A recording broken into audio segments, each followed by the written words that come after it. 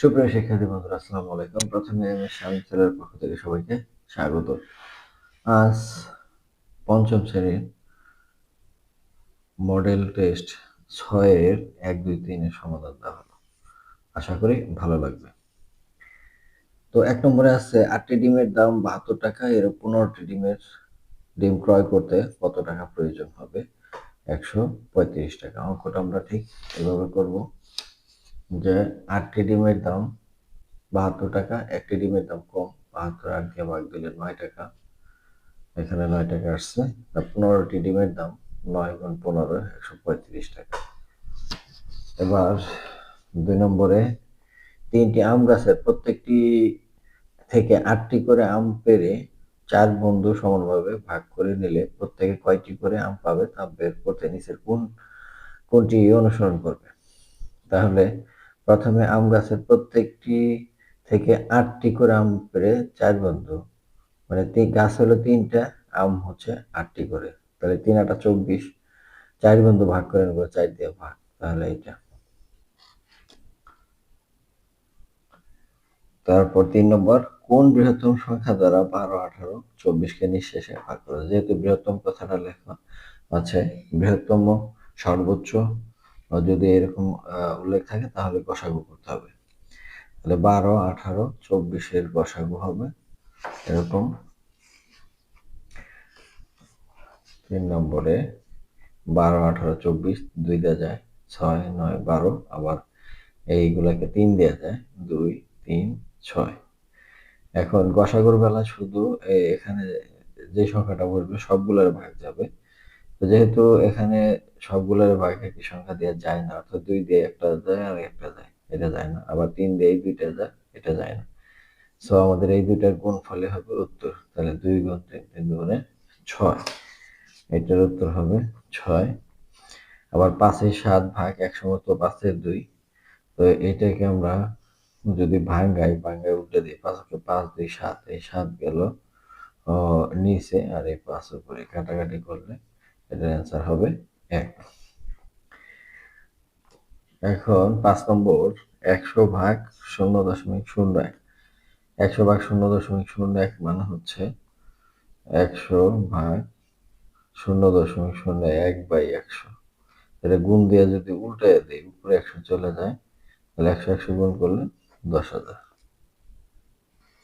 6 নম্বরে, একটি কলম 50 টাকায় ক্রয় করে 46 টাকা বিক্রি করলে শতকরা কত ক্ষতি হলো? তাহলে 50 টাকা কিনে 46 টাকা বেচছে, তার মানে ক্ষতি হয়েছে 4 টাকা।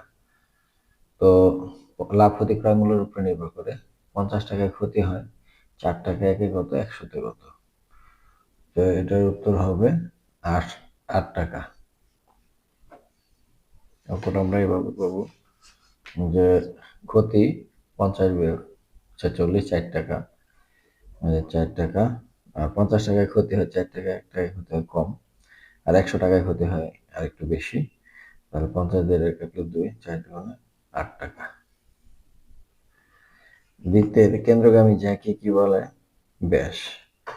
সেন্টিমিটার থেকে মিটারে যেতে কত গুণ করতে হবে? যেহেতু সেন্টিমিটার থেকে উপর দিকে যাইতে হবে, তাহলে এটা 0.01 দিয়ে গুণ করতে হবে। 5 অঙ্কের ক্ষুদ্রতম সংখ্যাটিকে বছর ধরলে তাতে কত শতাব্দী হয়? 5 অঙ্কের ক্ষুদ্রতম সংখ্যা 1 2 3 4 5, তাহলে এদের 10,000, তাহলে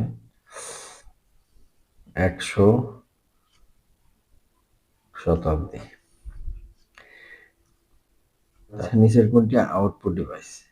তাহলে প্রিন্টার হচ্ছে আমরা কোনো কাজ শেষ করে বা কোনো দরখাস্ত কম্পিউটারে লিখে প্রিন্টারের সাহায্যে আমরা সেটা বের করে নিয়ে আসি, এটাই হচ্ছে আউটপুট। 2 নম্বরে সঠিক শব্দ দিয়ে শূন্যস্থান পূরণ করো। জনসংখ্যার ঘনত্ব সমান সমান কি? জনসংখ্যা ভাগ আয়তন, জনসংখ্যা ভাগ আয়তন। এরপরে 100 সেন্টিমিটার ব্যাস বিশিষ্ট বৃত্ত আঁকলে কেন্দ্র থেকে পরিধির দূরত্ব অর্থাৎ ব্যাসার্ধ হবে 50 সেন্টিমিটার। 4টি সংখ্যার গড় ড্যাশ হলে তাদের সমষ্টি 15 হবে, অর্থাৎ 4টি সংখ্যার গড় 15 হলে 4 4 15 60। 3% সাধারণ বর্গরাশি 3% মানে 3/100, 850 গ্রাম ড্যাশ কেজি। তো এটাকে 1000 দিয়ে যদি ভাগ দেই তাহলে 0.85 কেজি। ফারিয়া একটি বইয়ের 5/4 অংশ পড়লো, বইয়ের বাকি রইল কত অংশ? 5/1 অংশ। 1 মিটার 39.37 ইঞ্চি সমান হলে 100 মিটার সমান সমান 100 দিয়ে গুণ দিলে দশমিক থাকবে না, অর্থাৎ 39.37 এত ইঞ্চি। 3 অঙ্কের ক্ষুদ্রতম সংখ্যার আগের সংখ্যাটি কত? 3 অঙ্কের ক্ষুদ্রতম সংখ্যা মানে হচ্ছে 100, 100-র আগের সংখ্যা মানে হচ্ছে 99। 9-11 এর গুণনীয় কয়টি? 11 এর গুণনীয়ক হচ্ছে 2টি, কারণ 11 একটি মৌলিক সংখ্যা, মৌলিক সংখ্যার গুণনীয়ক থাকে 2টি। কম্পিউটারের হার্ডওয়্যার ড্যাশ দ্বারা পরিচালিত। কম্পিউটার হার্ডওয়্যার সফটওয়্যার দ্বারা পরিচালিত। এবার 3 নম্বরে সংক্ষিপ্ত উত্তর প্রশ্ন লেখো। গুণ্য, গুণক এবং গুণফলের মধ্যে সম্পর্ক। গুণ্য, গুণ, গুণফলের মধ্যে সম্পর্ক হচ্ছে গুণ্য গুণন গুণক সমান সমান গুণফল। এই যেরকম গুণ্য গুণন গুণক সমান সমান গুণফল। তারপর আছে 15টি টেবিলের দাম 45,000 টাকা, একটি টেবিলের দাম কত? তো এটা ভাগ করতে হবে, 15 দ্বারা এটা ভাগ দিলে 3×15=45 আর 3টা শূন্য, অর্থাৎ 3,000 টাকা। একটি বইয়ের মূল্য একটি কলমের মূল্যের 3 গুণ। একটি কলমের মূল্য যদি 12 টাকা হয় তাহলে বইয়ের মূল্য 3 দিয়ে গুণ হবে, 3×12=36 টাকা। 3×12=36 টাকা। তারপর একটা খোলা বাক্য আছে 3 গুণ ক যোগ 2 সমান 14। এই খোলা বাক্যটা আমরা এভাবে ক এর মান নির্ণয় করব যে এই দুইটা পাশে যোগ আছে, পাশে গিয়া বিয়োগ হইল 12 হইল, আর 3 গুণ আছে পাশে যে 12টা ভাগ হবে 3, 4-12, তাহলে ক এর মান 4। তারপরে 5 নম্বর আছে মৌলিক সংখ্যার গুণনীয়ক কয়টি? মৌলিক সংখ্যার গুণনীয়ক 2টি। কম্পিউটার 2টি ইনপুট ডিভাইসের নাম লেখো। Keyboard, mouse. কিবোর্ড আর হচ্ছে মাউস। এরপরে একটি গ্রামের জনসংখ্যা 1000 জন, এর আয়তন 5 বর্গ কিলোমিটার হলে ঘনত্ব কত? 5 দিয়ে এটা ভাগ করলে 200, 5 দিয়ে এটা ভাগ করলে কত? 200 জন পার বর্গ কিলোমিটার। তারপরে 1401 থেকে 1500 সাল কোন শতাব্দী? 15 শতাব্দী। তারপরে একটি সামুদ্রিকের ভূমি 8 সেন্টিমিটার, উচ্চতা 6 সেন্টিমিটার হলে ক্ষেত্রফল কত? ভূমি গুণ উচ্চতা 648 বর্গ সেমি, 648 বর্গ সেমি।